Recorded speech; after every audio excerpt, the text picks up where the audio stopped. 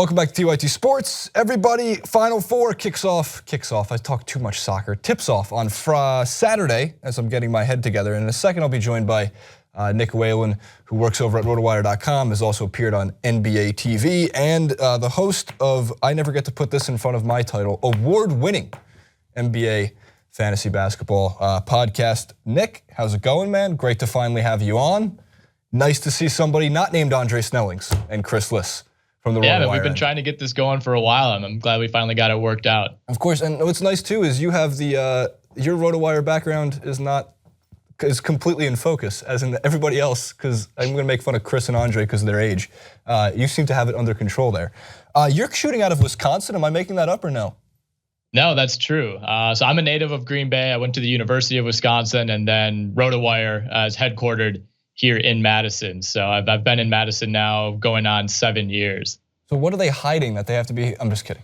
in Wisconsin, I've always people who watch this know my dad went to Wisconsin, so he's a big Badgers fan. I grew up in pretty much a Badgers household. So we'll kind of shy away from what happened last week. Although I was listening to the podcast that you had most recently with Andre, and it seemed like it wasn't just that game was happening. You were also discussing Devin Booker's 70 points, which really was, and the way you explained it, which is funny, I urge people to go listen to it. It's like you're looking at the box score, because even though we're huge basketball fans, we talk about it, we write about it, we're not necessarily watching that game. That's not necessarily the game that we're going to be most tuned into, especially with the Elite Eight and Sweet 16 games going on in the first place. So the refreshing of the box score, I think we've all been there before. Which was awesome. Yeah, well, that's what it comes to with the Phoenix Suns. One, this time of year, nobody's watching Suns basketball on a Friday evening against the Celtics. And then, like you said, we had Wisconsin and Florida in the Sweet 16 going on at that same time. And I don't want to get into that, as you alluded to.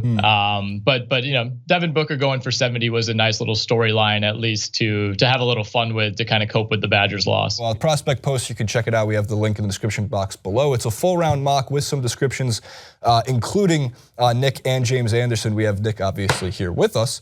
So, here's an easy one. Or actually, I should say this is actually kind of difficult. It seems like Fultz is the outright #1 pick, but there are 4 guards in the top 10 that all can technically be game-changing guards or build your franchise around guards in an already deep at the guard position league. Monk, Fox, Ball, and Fultz.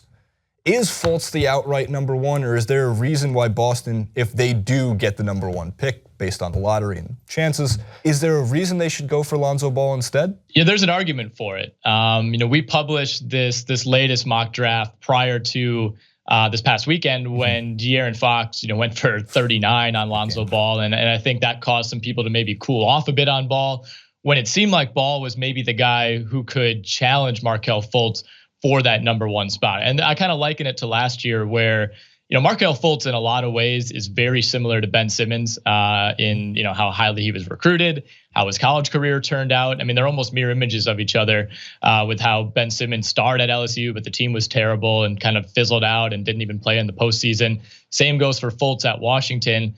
And that kind of means Lonzo Ball is this year's Brandon Ingram, where his team was better. He started playing really well down the stretch and gained some momentum. But in the end, I think Fultz is just too good. Lonzo Ball is going to be a very good NBA player. Somebody's going to get a steal at #2 or 3 or 4 or wherever he inevitably goes. But everything that Lonzo Ball is good at, Markelle Fultz is almost just as good or better. I think Lonzo Ball has better vision. He's a better passer, but just about everything else, goes in favor of Fultz. He's better as a scorer, slashing to the rim. He's got more size, physically. Ball's taller, but Fultz is more NBA ready right now in terms of his body. He's a better athlete. He's a better rebounder. And I think, despite Washington, I think they were a 9-win team this year. That says a lot about how highly Markelle Fultz is valued, that his team can be that bad. And there's some decent talent around him on that Washington team. They can be that bad, and he can still not really lose any stock, even as guys like Ball and Fox and Dennis Smith and Jason Tatum and Josh Jackson, the list goes on, are all playing really well. None of them have really eclipsed Markelle Fultz. So to answer your original question, yeah, right now Markelle Fultz is still that guy, and I think it's his #1 spot to lose. It's funny because when I look at the tournament in itself, I was slightly fearing the fact that, Ball's going to be on a big stage, if not the biggest stage, given his father who can't stop talking. And of course, De'Aaron Fox, Kentucky backcourt, Malik Monk, all of these guys. And usually the tournament comes around, and that's when for 18 days in March, more people start watching, more people start paying attention. You get the some that fizzle out from the conference tournaments, but not really as many are watching end to end, season opening tip off to the Final Four and of course the championship game. And I was a little worried, thinking like Fultz is going to disappear into the background because of how much press Lonzo Ball is going to get, in addition to guys like De'Aaron Fox and Malik Monk, who unbelievably, here's what's crazy. If you were to spread this out, like next year, if there was no Markelle Fultz or Lonzo Ball, you're talking De'Aaron Fox and Monk are possibly number 1 and number 2. Right.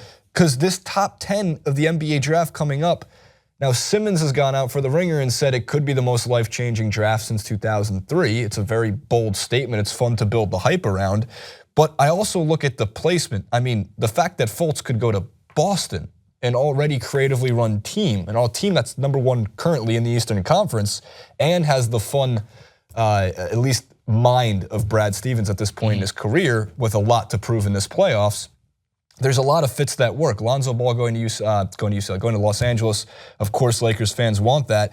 But then away from the guards, you have Josh Jackson at number 3 and Jason Tatum at number 4 going to the Suns and the Magic. These are two guys who are very versatile on the wing, and we know how important that is for any NBA team. The Suns and the Magic are about to get a lot better just from one guy, and that's the 3rd or 4th pick in the draft. Right. Yeah, and that's something I've harped on, I should say, over these last few months, is that I'm with Bill Simmons and a lot of other people who have said this is on paper the deepest draft and the best draft at the top in more than a decade. And the guy that you're going to get at pick number 5 or pick number 6, honestly might go 1 or 2 in a lot of drafts. If Jason Tatum was involved in that draft a couple of years ago that had Giannis and Carter Williams, the Anthony Bennett draft, we'll call it. Jason Tatum's the easy number 1 pick that year, and so is Dennis Smith probably, and then Jonathan Isaac's probably in that conversation. I agree. Not to mention Ball and Fultz and Josh Jackson, who I think would go number 1 in just about probably 8 of the last 10 drafts. So that speaks to how deep this draft is, and like you said, I think it's an ideal draft to be a team like Orlando. Or a team like Phoenix, who doesn't necessarily have to pick 1 or 2 to get one of those guys. You can kind of, obviously you want Markelle Fultz and you want that number 1 pick, but if you have to settle for getting Josh Jackson at number 3, that's incredible. And that's the kind of depth that we're looking at in this draft. And like you said, there's so many intriguing storylines. I mean, if Boston gets that number 1 pick, as they're in position to do right now, holding the Nets pick, or even if they pick 2nd or 3rd, they still have Isaiah Thomas. What happens if they take Markelle Fultz or they take Lonzo Ball? Does that mean they trade Isaiah Thomas this summer? Does that mean they play them together for a year and then have to make a decision with Isaiah becoming a free agent next year? So there's a lot of intriguing storylines. You hit on Lonzo Ball. Lonzo Ball going to the Lakers. All of a sudden, what happens to D'Angelo Russell? They kind of have to hand the keys over to Ball. Right. What if he goes to the Knicks? Lonzo Ball and Kristaps Porzingis. It's just going to be a really, really fun draft, because these last couple of drafts, have produced a couple elite talents, but there's going to be 6 or 7 guys who are going to immediately change, the framework of how their teams operate over these next 2 or 3 years. As you mentioned with the storylines too, I mean, the fact that as a general manager, if you're sitting there and going like, shit, I have to take Josh Jackson with the 3rd pick. It's not that bad. I think you're going to make it out all right, especially a Suns team, by the way, and why I like the Josh Jackson fit. For the Suns, they're already an extremely young team. They were younger than Purdue. Their starting 5s were younger than Purdue was a week ago on average, and they lost. So that Kentucky beating, whatever, the Nets argument kind of goes out the window. But we saw what Devin Booker can do. We've seen what kind of culture that Watson's trying to bring to Phoenix. There's a chance. There's a chance with any of these. Here's a super not bold statement. There's a chance the Suns are one of those big turnaround teams who can pick up 20 more wins than they did the year before. Maybe not next year, but when things fall into place. Look, they're not being run by the Knicks. They're not being run by the Kings. There's really not too much to fear. So there's some hope in Phoenix. You can say that for the least. And then lastly, before we go, because we are running out of time, when I look at the top 10 in itself, it's not just that there's 10 players that are all going to make probably a big difference just next year alone. There's going to be teams who are probably going to try to trade up. And that's what's going to cause draft day to be absolutely insane. Do you think there's any team currently in a playoff position, a Milwaukee Bucks, if you will, who would look into saying, you know what, I'm going to mortgage next year. I want to give away. I want to trade up for a Dennis Smith or a De'Aaron Fox or the best big man at the draft, as you put it, in Markkanen from Arizona. You know, maybe I think the Bucks maybe aren't that team just because I don't know what asset they would give up. I mean, you're going to have to, if you want to get into the top 10 in this draft and you have a guy in mind that you want, like, you're really going to have to pay for it. And we've seen that time and time again, you know, in drafts that aren't as talented, teams giving up multiple firsts or giving up a couple rotation players in order to get into that top 10. So, you know, I think it's going to be the same teams that have been involved in these big trade talks over the last few months. I think if Chicago decides that they are finally going to pull the plug and embrace some sort of rebuild, maybe we see Jimmy Butler go. You know, I think Indiana with Paul George, they obviously have to make a decision there. So, you know, I think it's going to be a situation where, you know, there's not many teams picking in the top 10. They're going to be willing to give up these picks because there's so much talent on the board. Like, if you're picking 6, you're not trying to get out of that pick because your guy is gone. You know, there's 2 or 3 other guys that you can choose from. So I think the prices are going to be really high.